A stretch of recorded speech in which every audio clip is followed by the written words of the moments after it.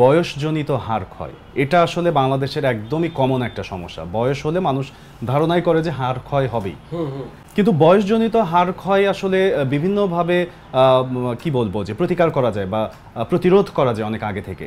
সেই বিষয়গুলো যদি একটু পরিষ্কারভাবে আমাদেরকে বলেন। হাড় ক্ষয় শুনলে সবাই ভয় পেয়ে যায়। হাড় ক্ষয় হয়েছে কিভাবে? যখন ডাক্তারের কাছে যায়, কি হাঁটু ব্যথা, কোমর ব্যথা, অ্যাঙ্কেল ব্যথা বা শোল্ডার পেইন, তো গেলে আমরা প্রাইমারিলি একটা এক্সরে করি, একটা সিটি স্ক্যান করি বা এসএস করি, বলি আপনার হাড় ক্ষয় হয়েছে। আচ্ছা, তো হাড় ও জোড়া ক্ষয় এটা একটা ন্যাচারাল প্রসেস। আল্লাহ পাক মানুষকে বলেছে এভাবেই আমি বার্ধক্য উপলব্ধি করি এবং এভাবেই আমাদেরকে চলে যেতে হবে। বার্ধক্য আসবেই। ধরেন আপনার চুল পাকলে, চামড়া ঢিলে হলে, চোখে যদি আমার চশমা লাগে, তাহলে আমার হাড় ক্ষয় হবে না? সেটাই হবে, ন্যাচারাল প্রসেস।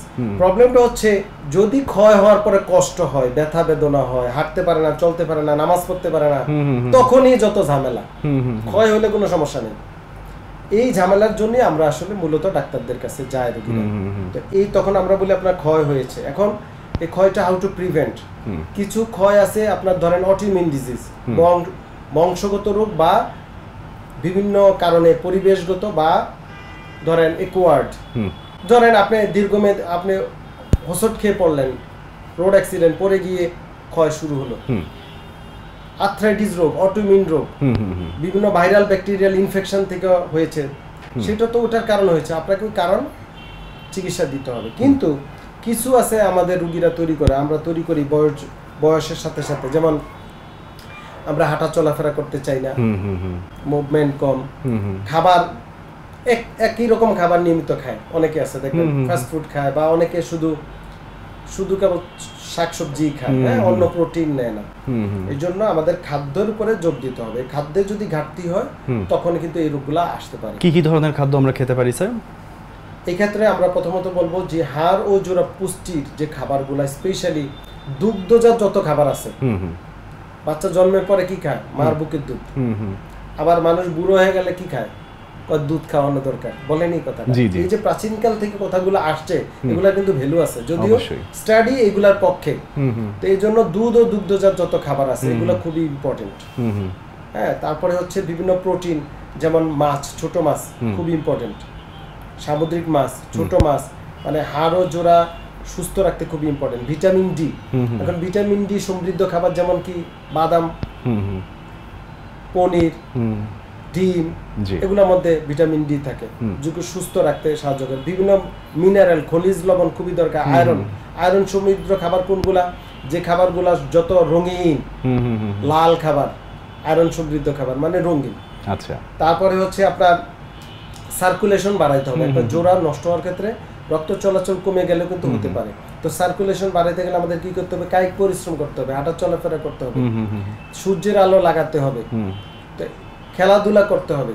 তো এই যে শুধু খাবারের মধ্যে এবং আপনার লাইফস্টাইল, তাহলে কিন্তু আমরা অনেকাংশে এই সমস্যাগুলো আমরা কমিয়ে ফেলতে পারবো। কিছু খাবার আছে উল্টা আরো জোড়া নষ্ট করে। আচ্ছা, যেমন এই খাবারগুলো, রিচ খাবার।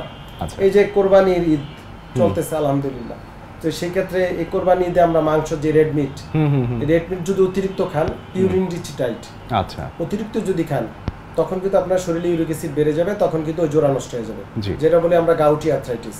প্রদাহ, যে খাবারে প্রদাহ হয়, যেমন প্রসেস ফুড, প্রক্রিয়াজাত খাবার, মানে প্যাকেট করে রাখে যত খাবার আছে এগুলা থেকে প্রদাহ হবে। চিনি, সাদা চিনি মানে সবচেয়ে খারাপ বিষ একটা জিনিস, শরীরে প্রদাহ করবে, আপনার জোড়া নষ্ট হয়ে যাবে। আপনি শুধু কেবল খাবারের কথা আমরা বললে হবে না, মানে আমাদের যেগুলো খেলেও হয় আবার না খেলেও হয়, দুইটি কিন্তু আমাদের ব্যালেন্স করতে হবে। পাশাপাশি আমাদের লাইফস্টাইল, ওজন, এগুলাকে মেনটেন করলে কিন্তু আমাদের হাড় জোড়া সুস্থ রাখা যায়। তারপরে যদি হয়ে যায় তাহলে আমাদের ট্রিটমেন্ট আছে, যেমন ফিজিওথেরাপি, পুনর্বাসন চিকিৎসা, এর মাধ্যমে ইনফ্লামেশন কমানো সম্ভব, ব্যথা কমানো সম্ভব, ওজন কমানো সম্ভব।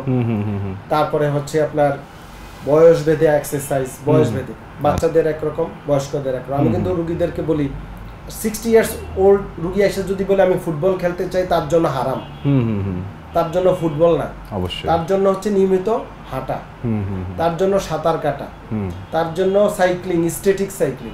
আচ্ছা, আবার যদি আপনি 13 বছর ছেলেরে বলবো, তারে বলবো তুমি মিয়া ফুটবল খেলো, ক্রিকেট খেলো, মানে তার জোড়া যে অবস্থা আছে তার জন্য ওই খেলাটা অ্যাপ্রোপ্রিয়েট।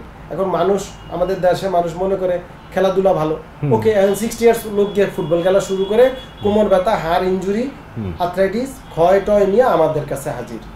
এইটাও বুঝতে হবে যে কোন বয়সে কোন খেলা, কোন পরিশ্রম কোনটা, এটাও কিন্তু আমাদের কিন্তু এই যে হাড় জোড়ার জন্য খুবই ইম্পর্টেন্ট। হাড় ক্ষয়ের ক্ষেত্রে আমরা যে বিষয়টা জানলাম সেখান থেকে আমরা পেলাম যে সঠিক খাবার ব্যবস্থা এবং সঠিক জীবন ব্যবস্থা দুটো মিলিয়ে আসলে এটাকে প্রতিরোধ করা সম্ভব। অবশ্যই। অনেক ধন্যবাদ স্যার। আপনাকে অনেক ধন্যবাদ। নাগরিক টেলিভিশনকে অসংখ্য ধন্যবাদ।